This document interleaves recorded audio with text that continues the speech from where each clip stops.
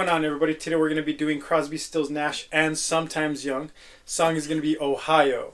In another video we'll learn the solo. But for this one we're going to do that opening riff, which I love to death. So go ahead and grab your acoustic or your electric, put it in drop D, and let's get going. Okay guys, so for this video we're going to be using three chords. We're going to be using the D major, F half bar major, and then the C major.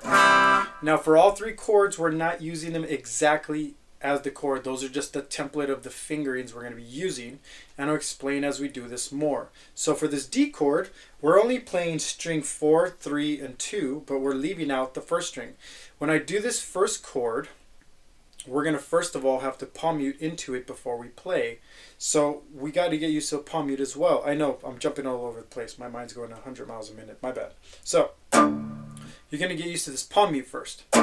It's since we're in D tuning, it's 6, 5, and 4, palm muted, open.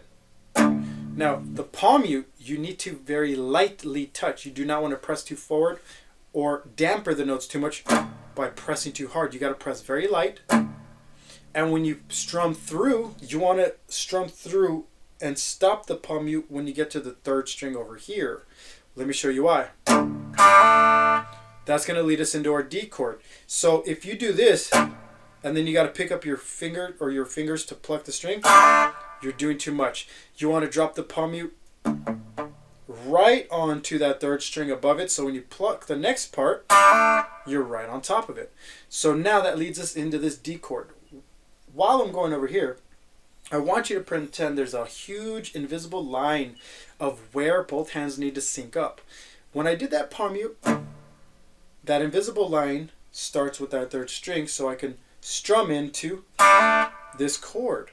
So as we go, I'll explain more. When I hit this D chord, I am now plucking string 3 and 2 and hammering on first finger, the D chord. If you don't know your D chord, it's going to be fret 2, string 3. This one's going to be fret 3, string 2. And normally with the D chord, we have the middle finger added at the bottom of the first string, but we're not going to worry about that because it's not needed in the song. So our emphasis is on these two notes, and we're hammering onto the third string from an open note. If I could play a hammer on. There it is. So now when I play this in the chord though, it's going to go palm mute. Make sure you have that invisible line, so you stop right on that third string, and there you go. That's the first step to get for just understanding the sync. If you're plucking all the way through and then bringing it up to pluck, you're doing too much, as I've said before. So now, next part, same chord, you're holding this down, and now you're going to do a down up muted on string 3 and 2. So it goes like this. See how I'm doing that? And these, you could have them fairly palm muted. The next note though, no palm mute, and you're taking off your first finger, and you're playing string 3 and 2 while the third string's open. Middle finger or ring finger is still going to be holding string 2. So it's same chord, you're going to hammer on, take off. So mute, hammer on, mute, off with the mute, open. Now the emphasis on this is the G string. That's how you can hear it very well in that recording. It's very aggressive sounding too, but when you play, you do not need to be aggressive and strum too hard. Stay relaxed when you play. Okay? Oh, and by the way, if you don't play this exactly like me, it's not a big deal. Hear the recording, figure out how you like it, play it like that. There's no exact right way with this one. With Neil Young, he kind of played it where it's kind of a messy kind of a riff. You could play it in a couple variations and it still sounds just as good. So don't be too hard on yourself if you're not hitting these exact strings as me. But you do want to get used to that invisible line that I was talking about. So now we're here. Now we get to our first jump. We're going to be jumping into an F chord. this is a half bar. Don't worry if you can't play a half bar F chord perfect, because we're not playing the whole thing. We're going to be playing the bottom 2 strings. So in this case, string 4, fret 3, ring finger, and then string 3, fret 2, middle finger. These are the most 2 important notes. But I still hold it like an F chord because it feels right. So when I come from the first part, I'm going to be muting when I play those 2 strings together. Then I let off and I hit string 2 and 3 open while I'm holding here. First finger is down. Let me get you that far from the beginning before I go on.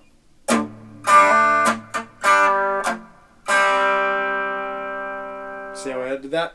Palm mute for the F in the beginning. No palm mute right there. Now, next part. We will be going to a C chord, but we are not playing a whole C chord. We're just playing the bass note of the C chord. First time around, we're going to mute. Keep in mind, nothing has changed over here. I still just have my first finger down, but I'm adding that ring finger to fret 3, string 5. And it's muted as well.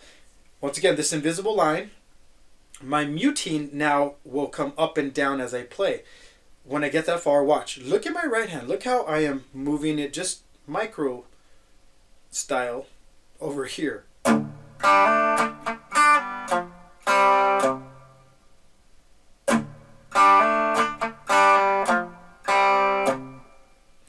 If you don't have this lined up with both hands for the strings, you're going to be out of sync. You're never going to get this. So you want to practice this nice and slow, nice and where everything is lined up, where when you're moving over here, the right hand is moving with it. And you don't have to make these drastic movements. It's just very light micro or centimeter movements, millimeters, where you're targeting where exactly are you touching on the strings when you palm mute.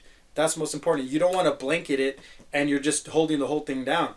If you're touching here while moving everything up and down, and you're touching very lightly so you can get a little bit of a hum and not enough muting out. It's going to be...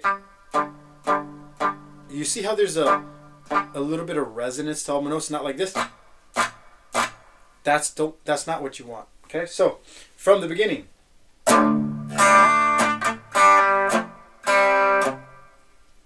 Almost done. Now, we just go back to 3 and 2. First finger only. Playing those opens.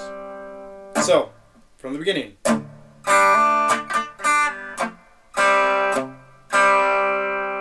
That's the halfway point. We're going to do the riff again.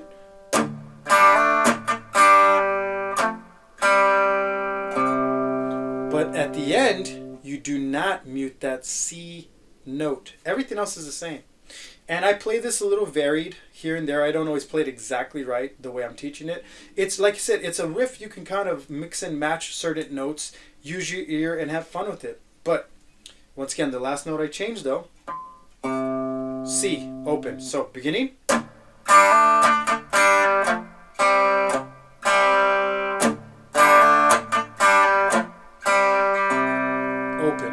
Now, to do this right, once again, you want to be working transitions first of all. So let's look at the first one. Palm mute. I would just start there. Get comfortable just with this feel. Oops. Then, work into your first transition, flipping this over.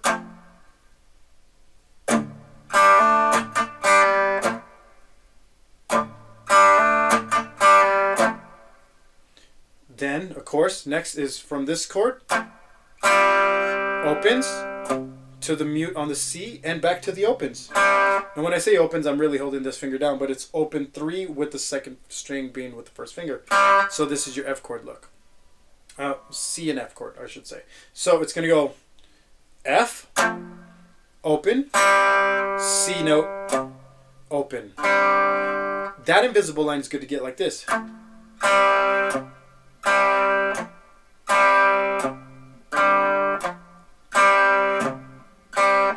That is good practice just to get that kind of muting kind of technique out of the way. Now putting it all together, of course. Now let's do this as a couple times different rhythms or different speeds, and we'll go from there. Okay, as you know, you can always slow this down or speed it up. I'm going to do one as a slow version first.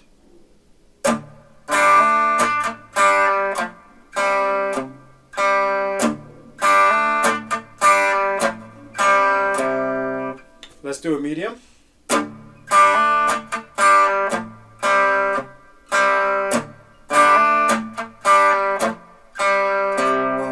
And a little faster, and this will be the real speed for the version.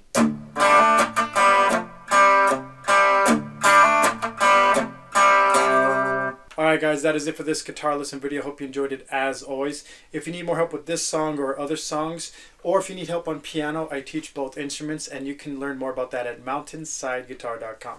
Thank you for watching this guitar lesson video, and I'll see you on the next guitar lesson video.